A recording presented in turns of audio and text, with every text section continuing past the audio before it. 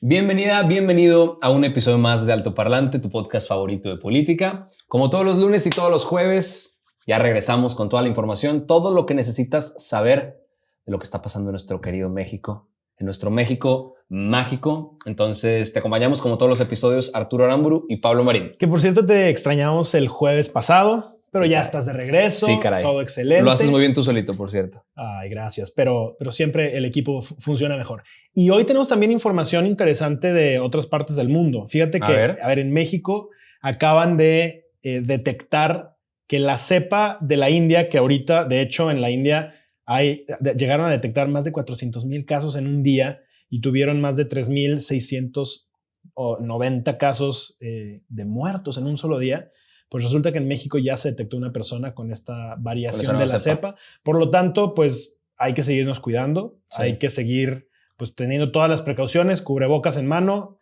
Aunque ya estés vacunado, es de las cosas que nos pueden evitar que se propague tan rápido, ¿no? Sí, honestamente no me considero una persona que le guste el amarillismo, pero vi una imagen respecto al tema de la India que me gustaría invitar allá en casa a que lo vean. Sí. Simplemente para dimensionar la catástrofe que se está viviendo. Están quemando gente de forma comunitaria porque ya no saben dónde poner los cuerpos. Creo que con eso se dice todo y me gustaría que no se repitiera la historia en ningún otro lado del mundo. Claro, ¿no? Claro. Ahora tenemos mucha información nacional, muy buenas noticias en cierto sentido, malas noticias en otro. Ya sabemos que si no hay noticias es que así todas son buenas circo, noticias. ¿no? Así es este circo. Es un circo. Es más, todo empezó, el fin de semana empezó con una sorpresota que ya se venía cocinando desde hace algunas semanas, que forma parte de esta historia horrorosa llamada política mexicana, claro, que es el desafuero del gobernador de Tamaulipas, Francisco Cabeza de Vaca, ¿no? ¿Y por qué decimos carnaval, kermés, circo, como lo quieras llamar? Porque lo que parecía ser un desafuero terminó no siendo un desafuero, que fue aceptado, pero después lo rechazaron. Está pasando de todo. Si a mí, de entrada, y ahorita te vamos a platicar específicamente qué está pasando, me preguntas, ¿creo que va a pasar algo con el gobernador? Yo creo que no. Yo creo que el gobernador va a seguir siendo gobernador hasta que termine su sexenio y va a terminar feliz y contento. Es más, incluso aspirando a la presidencia. Híjole, quién sabe. Yo ahí creo que es muy posible que el gobierno de Andrés Manuel, con la intención de demostrar su fuerza, con la intención de demostrar su poder, una de dos, o lo haga antes de la elección, en una de esas meterlo al bote y hacer ahí una movida fuerte, o después de la elección y con eso justificar y decir, para que vean que no lucramos políticamente con estos temas, lo metimos después del 6 de junio.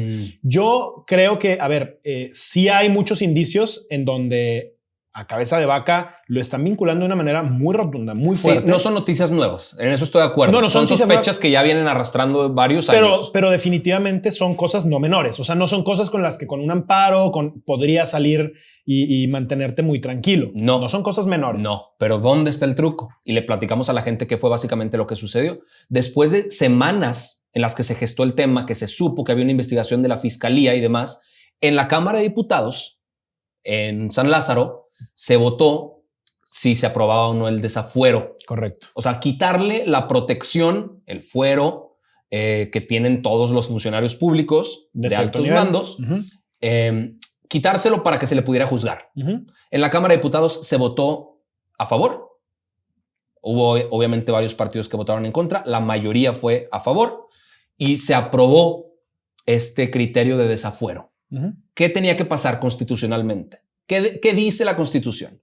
Una vez que se aprueba este desafuero en la Cámara de Diputados, que funciona meramente de forma informativa. O sea, no vincula legalmente absolutamente nada. Claro, claro. Es informativo que se quitó el fuero, pero la última palabra la tiene el Congreso local, o sea, el Congreso de Tamaulipas. Se los dijimos, el Congreso de Tamaulipas iba a votar en contra. Iban a rechazar el desafuero, por supuesto, porque la mayoría, la gran mayoría, es del mismo partido que Francisco Cabeza de Vaca. O quieren quedar bien con él, ¿no? Hubo de alguna 3 manera puede votos tener a favor de claro, quitar el desafuero. Todos los demás fueron con rechazarlo. Sí.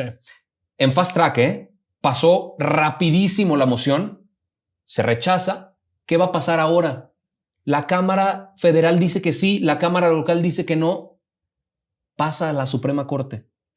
La Suprema Corte va a terminar definiendo qué pasa con este señor. Y a ver, o sea, justo por eso es mi punto. En la Suprema Corte, yo creo que termina. A ver, si el gobernador no tiene nada que lo vincule, pues sin fuero no entrará a la cárcel.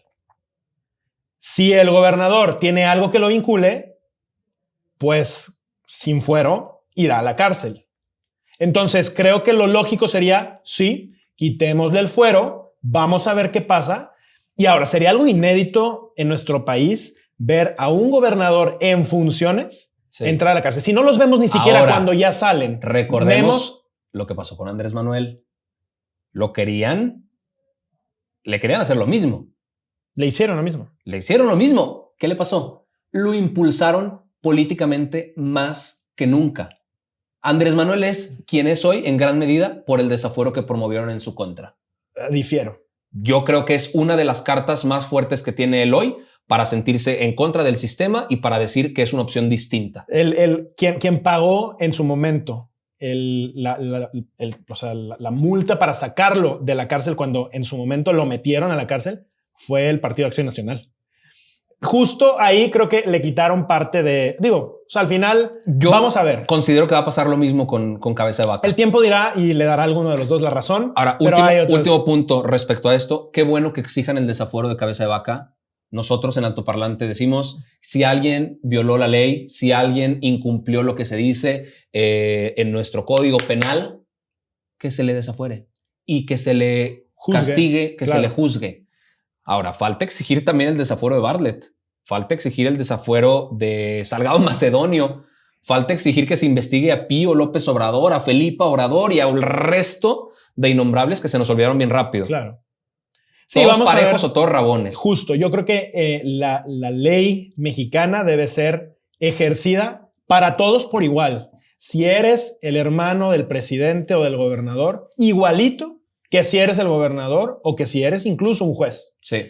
Entonces vamos a ver, esta historia va a continuar. Cierto, tú hablaste del tema de Salgado Macedonio en el episodio pasado. Sí, justo mencionamos algo, pero sí, creo que hay cosas de actualización que se confirmó lo mismo que en el capítulo pasado dije, pero pues bueno. Porque tú de muy buena forma lo suponías y sabías que iba a suceder, ¿no? Pues no se necesita ser muy brillante. No se necesita ser muy brillante para entender cómo actúan los diferentes. La gente ahí en casa ya se imaginará de qué estamos hablando. La candidata por Morena a la gubernatura de Guerrero va a ser nada más y nada menos que Evelyn Salgado, la hija de Félix Salgado Macedonio. Tan. Así se manejan en ese partido.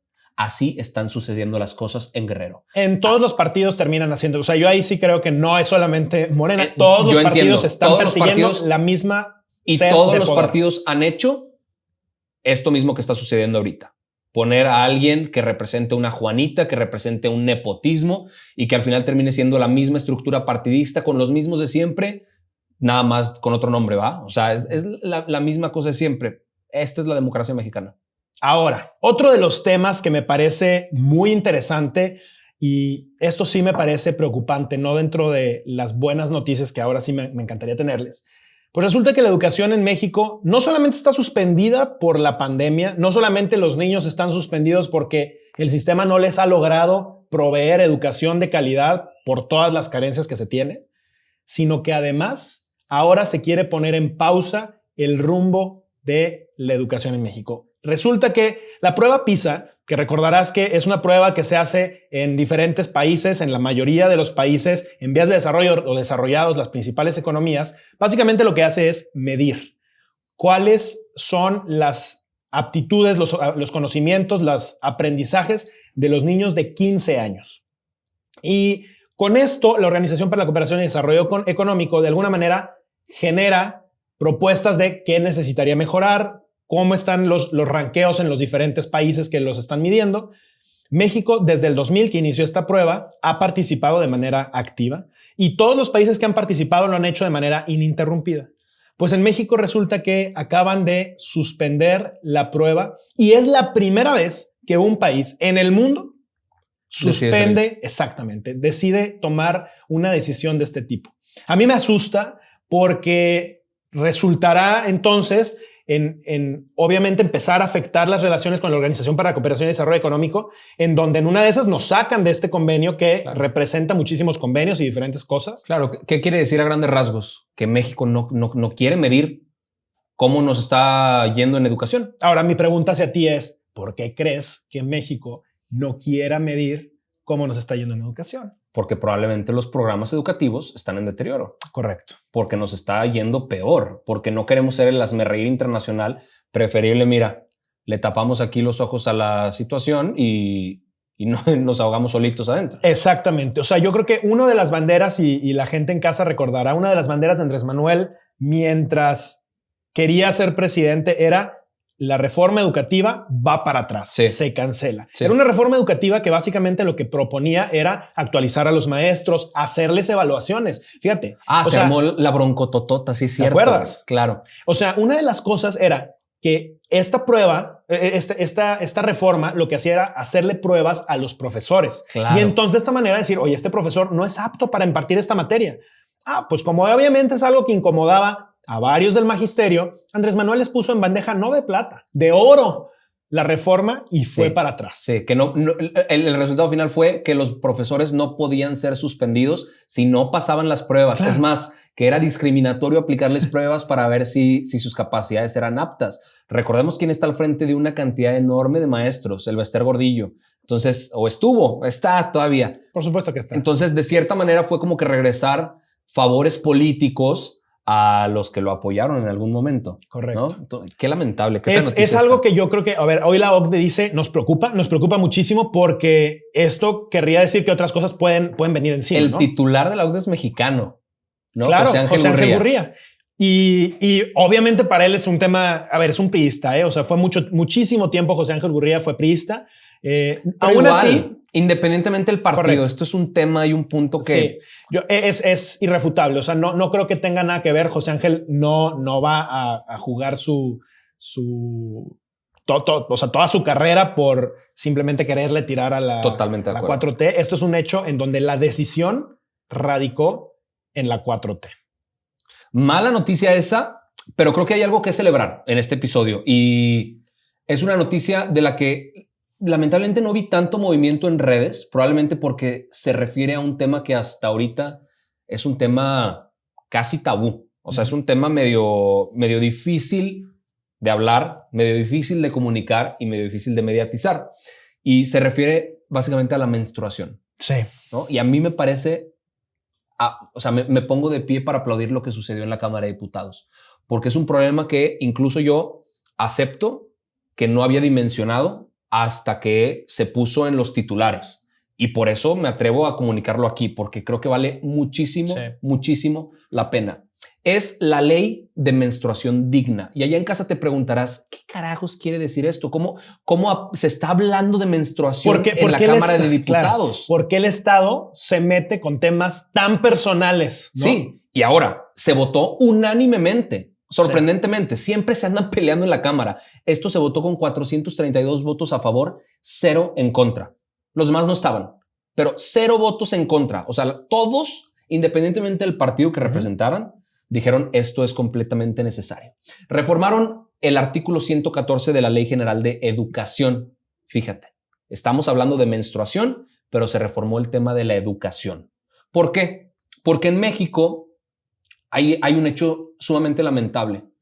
Existen un montón de mujeres, ahorita les vamos a decir un poquito más de las cifras, que dada la educación y las circunstancias de pobreza en la que viven, no pueden tener ni conocimientos de qué hacer con el tema de la menstruación, ni acceso a diferentes alternativas que una persona con un ingreso mucho más fuerte puede tener. Fíjate, en México las mujeres terminan pagando aproximadamente un 10.8% más que los hombres en circunstancias similares. Exacto. Solamente por un impuesto, Rosa, o sea, solamente por ser mujer, terminas pagando aproximadamente un 11%. Sí. Y además, las mujeres ganan menos en este país. Entonces, no solamente ganas menos, sino además te cuesta más ser mujer. El tema del impuesto no está resuelto. El impuesto todavía falta, ya se votó y se votó en contra lamentablemente, pero esto pone en el radar nuevamente el tema.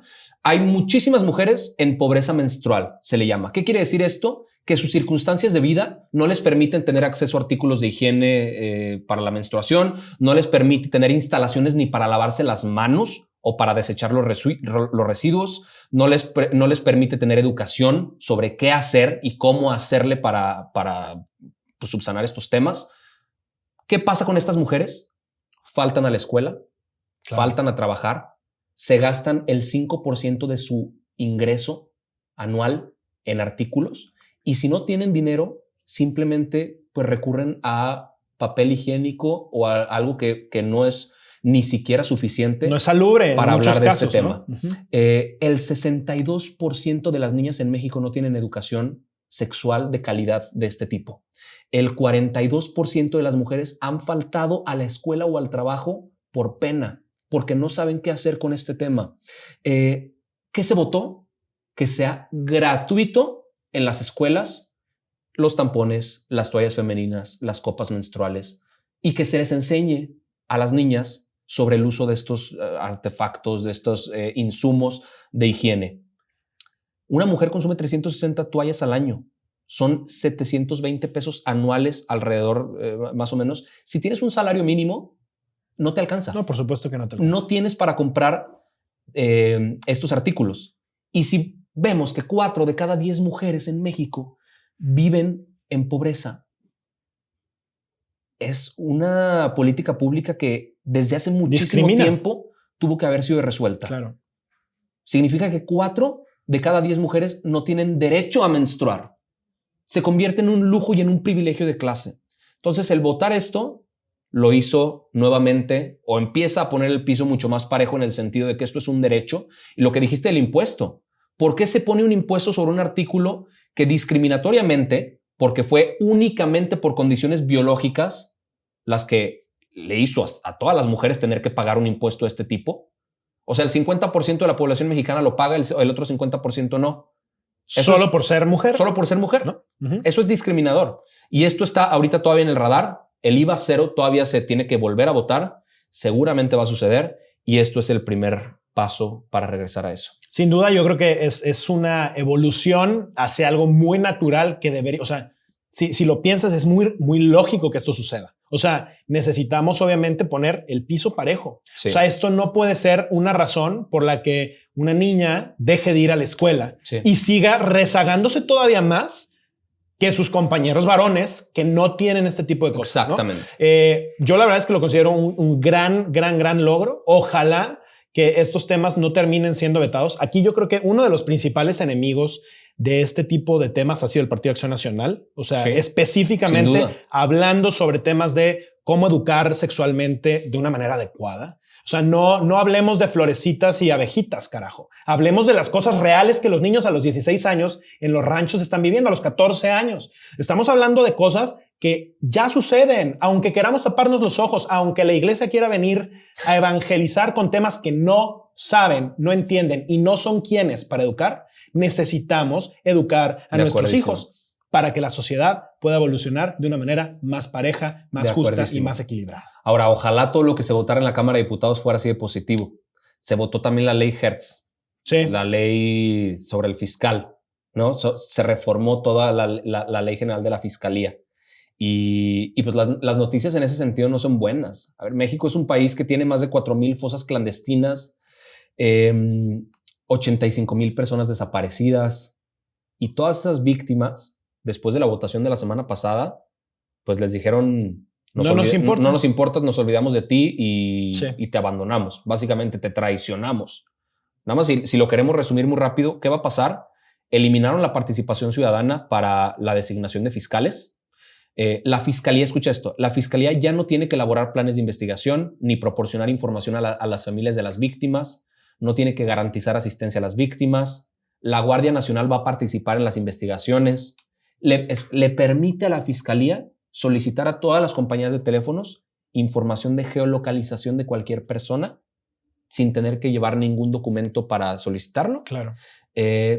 Los datos de su equipo, información de los contactos, etc. O sea, fíjate, aquí regresamos al tema de lo que piden en cuanto a datos biométricos, etcétera. Sí, podría utilizarse súper mal. Y de hecho ahorita hay que hablar también porque tenemos pendiente lo del tema del amparo, etcétera, Sí. que varias personas nos han escrito y ahorita les platicaremos sobre eso. Pero es una realidad como se le está abandonando a víctimas, se le está abandonando a personas que hoy en día necesitan ayuda, necesitan seguir siendo buscadas y necesitan que el gobierno, que el Estado, que no les proveyó la seguridad que debía, pues les siga estirando la mano, ¿no? O sea, es irracional. A mí me preocupa que veamos dentro del país esta pérdida de obligaciones por parte del Estado sobre tareas específicas que no solamente eran necesarias, eran urgentes, Sí. porque las desapariciones no han bajado. La cantidad de personas desaparecidas se mantiene de una manera estúpidamente alta. ¿Y dónde está el gobierno? Ahora ni siquiera tienen que buscarlos. Vamos a seguir viendo a mamás buscando los cadáveres de sus hijos. Aquí mi duda es, en el desierto. ¿ahora a qué se va a dedicar entonces la fiscalía? ¿A perseguir políticamente? Si este era su jale, este era su chamba. Parte de, sí. ¿Ahora qué? Sí. ¿No? Entonces va a ser un arma política únicamente, que ya lo es, pero ahora va a ser solo únicamente para eso. Sí. Entonces está fatal la cosa. Esperemos que esto también resulte en una acción de inconstitucionalidad, como lo que tú acabas de mencionar, el patrón de datos biométricos. Sí. El INAI por fin reapareció entre las cenizas. El Instituto Nacional de Acceso a la Información Pública. Empezaron a hacer cosas y ya dijeron, señores, alto.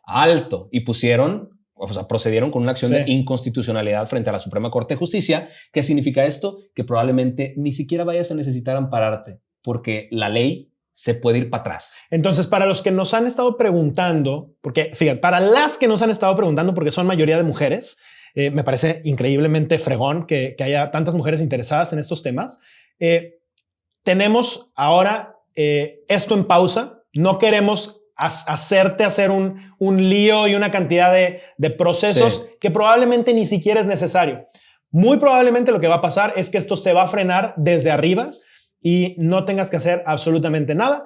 Tus datos, por lo pronto, seguirán en la misma forma en la que han estado hasta ahorita. No quiero decir con esto que estés en paz, porque si todo el tiempo estamos recibiendo llamadas de cualquier cantidad de bancos, etcétera, pues quizá nuestros datos ya están por ahí, pero por lo menos no serán en una iniciativa como la que habían planteado. Así que obviamente nos mantendremos completamente al tanto y vamos a estar al pendiente. Si se necesita que tomemos acciones para levantar amparos de manera individual, te vamos a avisar, te vamos a acompañar y vamos a estar ahí. Por lo pronto, relájate, disfruta y nos vemos el próximo jueves con toda la información.